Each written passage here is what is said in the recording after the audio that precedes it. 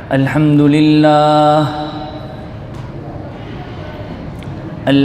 لله نحمده ونستعينه ونستغفره ونؤمن به ونتوكل عليه ونعوذ بالله من شرور أنفسنا ومن سيئات أعمالنا من يهده الله فلا مضل له ومن يضلله فلا هادي له ونشهد أن سيدنا وسندنا ونبينا ومولانا محمدا عبده ورسوله أرسله بالحق بشيرا ونذيرا المبعوث إلى الأسود والأحمر المنعوت بشرح الصدر ورفع الذكر وصلى الله عليه وعلى آله وأصحابه الذين هم خلاصة العرب العرباء وخير الخلائق بعد الأنبياء أما بعد فأعوذ بالله من الشيطان الرجيم بسم الله الرحمن الرحيم وما أصابكم من مصيبة فبما كسبت أيديكم ويعفو عن كثير وقال الله تعالى في مقام آخر من يعمل سيئة يجز به صدق الله العلي العظيم اللهم صل على محمد وعلى آل محمد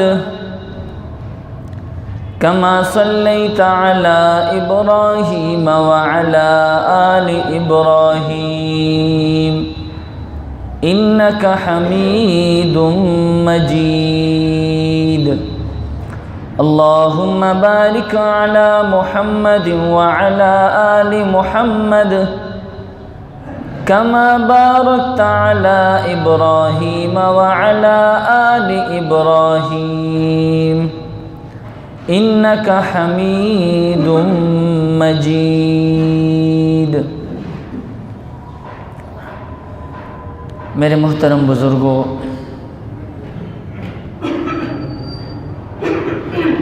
میرے دوستوں، میرے بھائیوں، اللہ رب العزت نے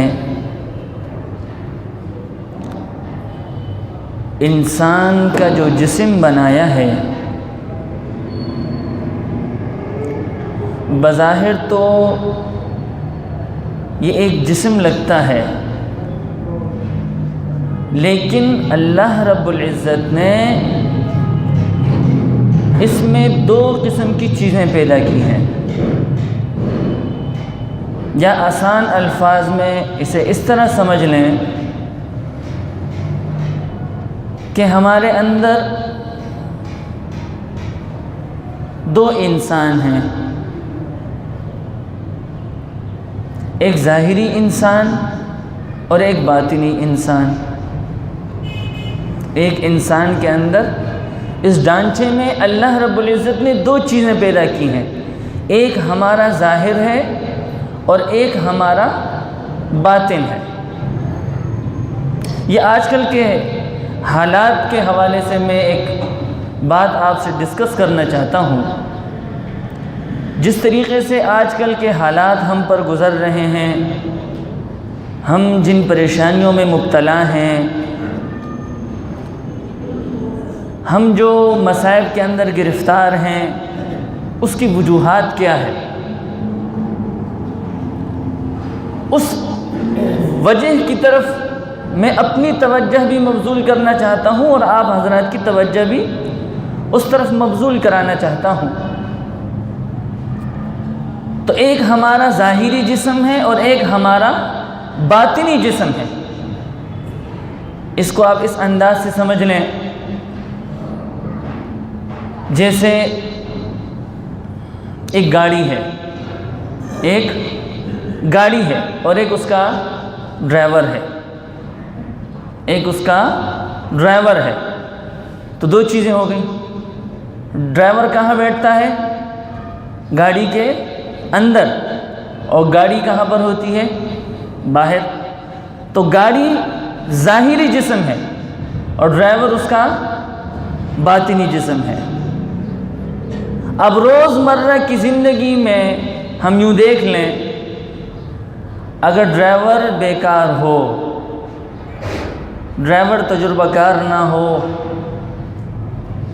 اور ڈرائیور سمجھدار نہ ہو، ڈرائیور مردار ہو، مریل ہو، مرنے کے قریب ہو یا مرا ہوا ہو، تو گاڑی کتنی بھی قیمتی ہو منزل مقصود پہ پہنچے گی؟ نہیں پہنچے گی. اس کے برعکس گاڑی کتنی بھی مریل ہو، کتنی بھی بیکار ہو، لیکن ڈرائیور سمجھدار ہو، ڈرائیور تندرست ہو، ڈرائیور صحیح ہو، تو وہ اس مریل گاڑی کو، جس کو ہم پٹیچر گاڑی کہتے ہیں، اس پٹیچر گاڑی کو وہ منزل مقصود تک پہنچا دے گا. ہم گاڑی کے کمال کو نہیں، ڈرائیور، ہم کہتے ہیں کہ ڈرائیور بڑا کمال کا تھا، ڈرائیور بڑا کمال کا تھا. اس انداز میں اس نے گاڑی اس انداز میں چلائی کہ خراب گاڑی کو وہ منزل مقصود تک پہنچا گیا. اب اس پر میں مزید ڈسکس کرنا چاہوں تو وقت سارا نکل جائے گا. تو ایک ہمارا ظاہری جسم ہے اور ایک ہمارا باطنی جسم ہے. مثال میں نے آپ کے سامنے بتلا دی کہ گاڑی ہے اور اس کا ایک ڈرائیور ہے. تو میرے محترم بزرگوں، ہمارا یہ جو ظاہری جسم ہے، یہ ہمارا جتنا بھی مریل ہو، اگر ہمارا باطنی جسم مردار ہو تو ہمارے ظاہری جسم کا کوئی فائدہ نہیں ہے. ہمارا باطنی جسم صحیح ہو، ہمارا ظاہر کتنا بھی مریل ہو، ہم منزل مقصود تک پہنچ جائیں گے. تو جس طریقے سے اللہ رب العزت نے اس ظاہری جسم کے لیے کھانا رکھا ہے، پینا رکھا ہے، دوا دارو کا انتظام کیا ہے، ہر چیز کا اللہ رب العزت نے جس طرح ظاہر کا انتظام کیا ہے، تو اس طرح اللہ رب العزت نے باطن کا بھی انتظام کیا ہے. ایسا نہیں ہو سکتا کہ ظاہری جسم کے لیے چیزیں تو ہوں، ظاہری جسم کے لیے چیزیں میسر ہوں اور باطنی جسم کے لیے ہمارے ہاں کوئی چیزیں میسر نہ ہوں. ایسا ہو ہی نہیں سکتا.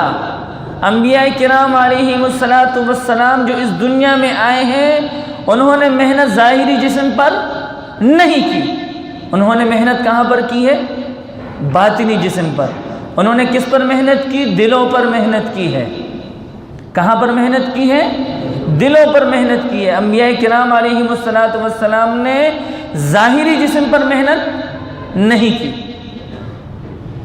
ظاہری جسم پر محنت نہیں کی، باطنی جسم پر انہوں نے محنت کی. تو اللہ رب العزت کا فرمان ہے من یعمل سوءا یجز بہ، کہ جس بندے نے کوئی گناہ کیا اسے اس کی سزا ضرور ملے گی، اسے اس کی سزا ضرور ملے گی. میرے محترم بزرگوں، جس طریقے سے ہم ظاہری جسم کے حوالے سے موسم چینج ہو گیا، ہم نے حفاظتی تدابیر اختیار نہیں کی تو ہم کیا ہو جاتے ہیں؟ ہمارا ظاہر بیمار ہو جاتا ہے، ہمارا ظاہر بیمار ہو جاتا ہے. تو جس طریقے سے ہم اپنے ظاہر کے لیے کوشش کرتے ہیں، ہمیں اپنے باطن کے لیے بھی کوشش کرنی ہوگی تاکہ ہم اپنے منزل مقصود تک پہنچ سکیں. یہ ہے ہمارا آج کا مضمون.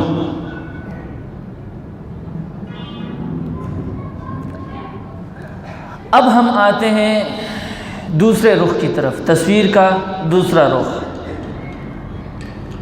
انسان ہے، اللہ رب العزت نے انسان کو ارادی بھی بنایا ہے اور اختیاری بھی بنایا ہے۔ اللہ رب العزت نے انسان کو قوت ارادی بھی دی ہے اور قوت اختیاری بھی دی ہے۔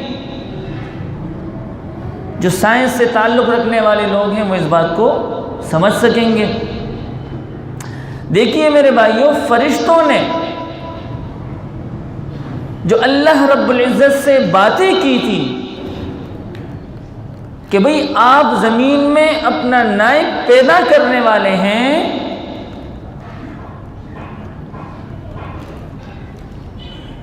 آپ زمین میں اپنا نائب پیدا کرنے والے ہیں، یہ زمین میں جا کر کیا کریں گے؟ فساد مچائیں گے۔ زمین میں جا کر کیا مچائیں گے؟ فساد مچائیں گے۔ حالانکہ ہم تو آپ کی تسبیح بھی بیان کرتے ہیں، تقدیس بھی بیان کرتے ہیں۔ فرشتوں کو یہ بات کیسے معلوم ہوئی کہ انسان زمین میں جا کر فساد برپا کرے گا؟ اس وجہ سے کہ انسانوں سے پہلے اس روئے زمین پر کون آباد تھی؟ جنات۔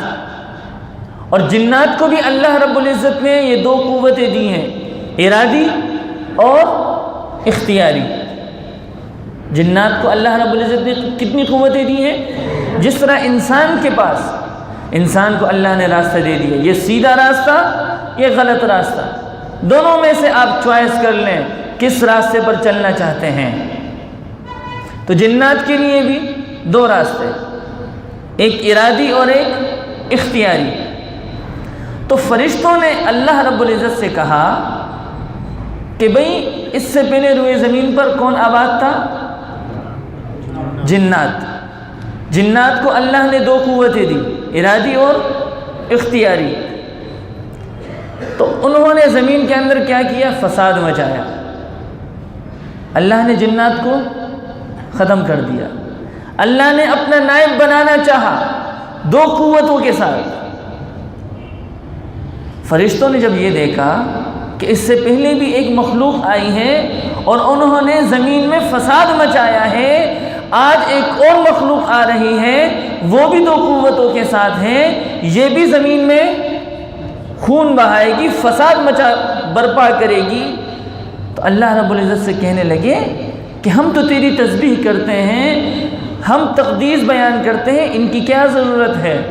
میرے محترم بزرگوں، فرشتے تو مجبور ہیں، فرشتے مجبور محض ہیں۔ فرشتے کیا ہیں؟ مجبور ہیں، ان کو کوئی اور کچھ بھی نہیں کر سکتے، سوائے تسبیح و تحمید کے وہ کچھ بھی نہیں کر سکتے۔ یہ قوت اللہ نے کس کو دی؟ انسان کو اور جنات کو۔ دو راستے دکھلا دیے، سیدھی راستے کی طرف جاؤ گے تو جنت، غلط راستے پر چلو گے جہنم، دونوں راستے دکھلا دیے۔ اور فرشتوں کو ایک پٹری پر چڑھا دیا کہ یہ سیدھا راستہ ہے، اسی راستے پر چلنا ہے، کوئی اور راستہ ہے ہی نہیں، پٹری سے اترنا ہی نہیں ہے۔ اور انسان کو، جنات کو جنکشن پہ کھڑا کر دیا، جنکشن پہ جا کر کھڑا کر دیا کہ اس طرف جانا ہے یا پھر اس طرف جانا ہے، سارے راستے اس کے سامنے۔ تو اللہ رب العزت نے، چونکہ فرشتے جو تخلیق جناتی، جس چیز کی وجہ سے فرشتوں کی تخلیق ہوئی تھی، آگ، اس کا کام کیا ہے؟ جلانا، فساد برپا کرنا۔ اس کی ماہیت میں غور کر کے فرشتوں نے یہ بات کہی۔ اللہ نے فرمایا انی اعلم ما لا تعلمون، کہ میں وہ چیزیں جانتا ہوں جو تم نہیں جانتے۔ انسان کو کتنی چیزوں سے مرکب کر کے بنایا ہے؟ کوئی بتا سکتا ہے؟ انسان کتنی چیزوں کا مرکب ہے؟ 4 چیزوں کا۔ کون کون سی؟ آگ، بس آگ، مٹی، پانی، ہوا۔ اسکول میرے خیال میں کسی نے بچپن میں نہیں پڑھا نا اسکول، ہاں، انسان کتنی چیزوں کا مرکب ہے؟ 4 چیزوں کا۔ فرشتے اس ہر چیز کی ماہیت کو الگ الگ کر کے دیکھ رہے تھے۔ اللہ نے تمام چیزوں کو یکجا کر کے فرشتوں سے کہا انی اعلم ما لا تعلمون، میں وہ چیزیں جانتا ہوں جو تم نہیں جانتے۔ بہرحال میں اپنے بات سے ہٹ گیا ہوں، تو میں یہ عرض کر رہا تھا کہ اللہ رب العزت نے اس انسانی جسم کے لیے، اس کی صحت کے لیے، جو باہر کے لیے، باہر ظاہری جسم کی صحت کے لیے اللہ رب العزت نے جس طریقے سے یہ چیزیں پیدا کی ہیں، تو اس طرح باطن کے لیے بھی چیزیں پیدا کی ہیں۔ ہمارا باطن مردار کب ہوتا ہے، بیمار کب ہوتا ہے، اسے بیماری کب لگتی ہے؟ جب انسان کوئی گناہ کرتا ہے۔ یہ اللہ کا کہنا ہے من یعمل سوءا یجز بہ، یہ گناہ کرتا ہے، گناہ کرنے کی وجہ سے اس کا جو باطن ہے وہ باطن خراب ہونا شروع ہو جاتا ہے۔ اور اللہ کا قانون ہے کہ جس نے کوئی گناہ کیا اسے سزا ضرور ملے گی، اسے سزا ضرور ملے گی۔ اب وہ اللہ حکیم ہے، اپنے اپنے انداز سے وہ سزائیں دیتا ہے، کبھی تو ڈائریکٹ، کبھی انڈائریکٹ، کبھی ڈائریکٹ سزا دیتا ہے۔ یہاں گناہ ہوا، مسجد سے باہر نکلا، کسی نے تپڑ مار دیا۔ یہاں گناہ ہوا، مسجد سے باہر نکلا، گاڑی اوپر چڑھ گئی۔ یہاں گناہ ہوا، خبر آ گئی کہ کاروبار میں نقصان ہو گیا۔ یہاں گناہ ہوا، خبر آ گئی دکان میں لوٹ ماری ہو گئی۔ تو یہ ڈائریکٹ سزا، یہ کیا ہے؟ اس کو کہتے ہیں ڈائریکٹلی، اللہ نے ڈائریکٹ سزا دے دی۔ یہاں گناہ ہوا، یہیں پر سزا مل گئی، اسی وقت سزا مل گئی۔ لیکن ہم نہیں سمجھتے کہ بھئی یہ جو معاملہ پیش آیا ہے یہ کس وجہ سے پیش آیا، ہم اس معاملے کی تہ تک نہیں جاتے۔ یہاں ہم سے گناہ ہوا، وہیں پر ہمیں سزا ملی۔ دوسرا انداز، یہاں گناہ ہوا، سزا نہیں ملی، مہلت دے دی، شاید یہ کیا کر لے، توبہ کر لے، استغفار کر لے۔ لیکن اس جوان نے توبہ نہیں کی، اللہ سے ندامت، اللہ کے سامنے ندامت کے 2 آنسو نہیں بہائے، اللہ سے وعدہ نہیں کیا کہ یہ گناہ ہوا آئندہ نہیں کروں گا، وہ گناہ اسی حال میں برقرار رہا۔ اللہ نے سزا دینی ہے، یہ جوان بڑھاپے کی زندگی کے اندر داخل ہو جاتا ہے، اس کی اولاد اس کی نافرمان بن جاتی ہے، اس کی بیوی اس کی نافرمان بن جاتی ہے، اس کا کمایا ہوا مال و دولت اس کا ساتھ نہیں دیتا۔ یہ روتا روتا امام کے پاس آتا ہے کہ بچے میری بات نہیں مانتے، بیوی نے مجھے گھر سے نکال دیا، میں نے اتنا بینک بیلنس بنایا، بچوں نے اس پر قبضہ کر لیا۔ لیکن نتیجے پر نہیں جاتے کہ میں نے گناہ کیے ہیں، اس گناہ کی سزا مجھے مل رہی ہے، اس نتیجے پر کوئی نہیں جاتا۔ تو یہ انڈائریکٹلی سزا کہ یہاں پر گناہ ہوا، اللہ نے مہلت دے دی اور بڑھاپے میں اس کو سزا ملنی شروع ہو گئی۔ سزا اللہ رب العزت کا قانون ہے۔ قرآن مجید کے اندر اللہ نے بتلا دیا کہ جو گناہ کرے گا سزا ضرور ملے گی، کسی کو جلدی ملے گی تو کسی کو تاخیر سے ملے گی، لیکن سزا ضرور ملے گی۔ تو میرے محترم بزرگوں، اس چیز کی طرف ہمارا ذہن نہیں جاتا کہ آج ہم جس مسائل کے اندر گرفتار ہیں، آج ہم جس مسائل کے اندر گرفتار ہیں، آج ہم جن پریشانیوں میں گرفتار ہیں، اس کی مین وجہ ہمارے گناہ ہیں۔ اس کی مین وجہ کیا ہے؟ ہمارے گناہ ہیں۔ کبھی کبھی اللہ رب العزت یہاں پر یہ گناہ کرتا ہے، اللہ رب العزت اسے اور مال لیتا ہے، یہ لے بھائی، اور نعمتوں سے نوازتا ہے، اور نعمتوں سے نوازتا ہے۔ کاروبار میں پہلے ہزاروں کا منافع ہوتا تھا، منافع کا جو ریشو تھا وہ لاکھوں میں پہنچ گیا، لاکھوں سے کروڑوں میں پہنچ گیا۔ منافع کا ریشو ہزاروں سے کروڑوں میں پہنچ گیا۔ گناہ بھی کر رہا ہے، اسے معلوم بھی نہیں، احساس تک ختم ہو گیا۔ غریبوں کا مال کھا رہا ہے، غریبوں کا حق دبا رہا ہے، مزدوروں کا حق دبا رہا ہے۔ بہت سے کاروباری ایسے ہیں، بینک بیلنس دن بدن بڑھتا چلا جا رہا ہے، مزدوروں کا حق کھا رہا ہے اور اسے احساس تک نہیں ہوتا۔ غریبوں کا حق دبا رہا ہے، اسے احساس تک نہیں ہو رہا۔ اللہ کا حق دبا رہا ہے، اسے احساس تک نہیں ہوتا۔ تو میرے محترم بزرگوں، یہ اللہ کی انتہائی خطرناک تدبیر ہے جو اس بندے کے ساتھ ہوتی ہے، اور کم عقل انسان اس بندے کے متعلق یہ سمجھتا ہے، اپنے آپ کو پارسا سمجھتا ہے، اپنے آپ کو نیک سمجھتا ہے کہ دیکھو میں تو یہ نمازیں بھی پڑھ رہا ہوں، میں تہجد کی پابندی بھی کر رہا ہوں، میں تو اوابین بھی ادا کر رہا ہوں، میں تو غریبوں کو صدقہ بھی دے رہا ہوں، میں مدارس کے ساتھ تعاون بھی کر رہا ہوں، میں مساجد میں عطیات بھی پیش کر رہا ہوں، میں زکوٰۃ بھی دے رہا ہوں، لیکن اس کے باوجود مجھے مسائل کے اندر گرفتار کر لیا گیا، مجھے مسائل کے اندر ڈالا گیا۔ وہ بندہ گناہ پہ گناہ کرتا چلا جا رہا ہے، لیکن اللہ رب العزت اس کے کاروبار کے اندر بھی نفع ڈالتا چلا جا رہا ہے۔ پہلے اس کی ایک دکان ہوا کرتی تھی، پھر اس کی مارکیٹ کے اندر دوسری دکان آئی، پھر مارکیٹ سے وہ فیکٹری میں تبدیل ہو گیا، مل بن گئی، اور اس کا کاروبار فورن میں چینج ہو گیا۔ وہ غیر ملکی، وہ بیرون ملک جا کر اپنے کاروبار کے معاہدے کر کے آتا ہے، گناہ بھی کر رہا ہے۔ میرے محترم بزرگوں، اللہ رب العزت اس کے ساتھ انتہائی خطرناک تدبیر اختیار کر رہے ہیں۔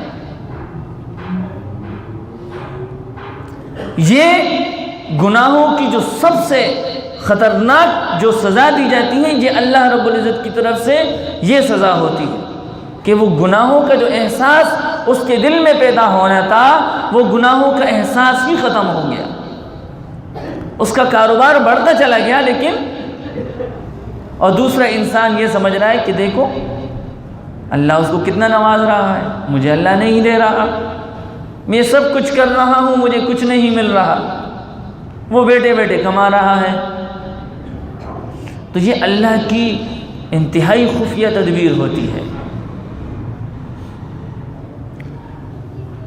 میرے محترم بزرگوں، یہ تو گناہوں کی وجہ سے جو سزا دینی ہے اللہ رب العزت، یہ ہے۔ اور گناہوں کا نقصان کیا ہوتا ہے؟ پہلا نقصان، گناہ کا پہلا نقصان اللہ نے سزا دینی ہے۔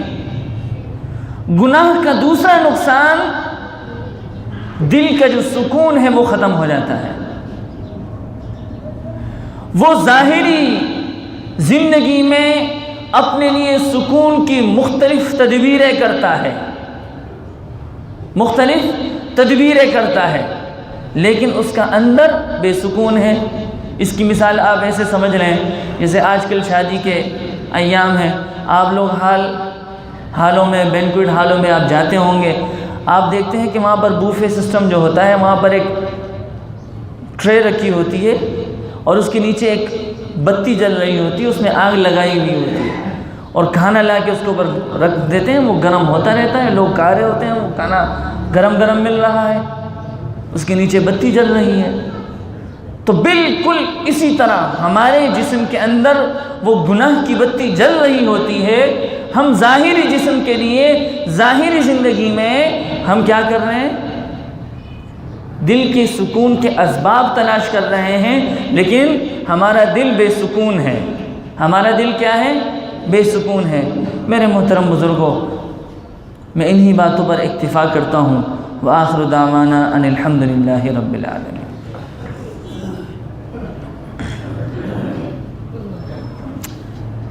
دیکھیے بھائی، دو بات